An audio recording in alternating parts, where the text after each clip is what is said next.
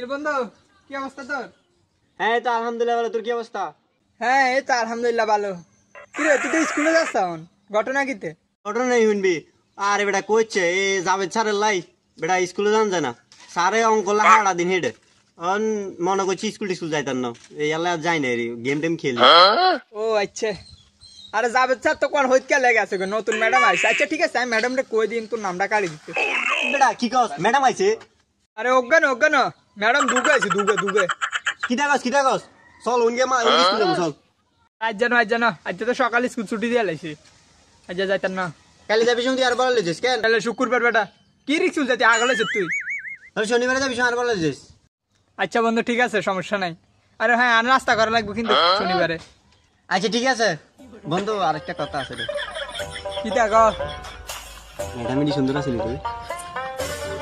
হ্যাঁ ম্যাডাম সুন্দর আছে, হলা মাইয়া তিন গাড়ি আঙ্গুল লাগো হয়তো। ধরে বেটা তাহলে স্কুল যাইতাম না স্যার।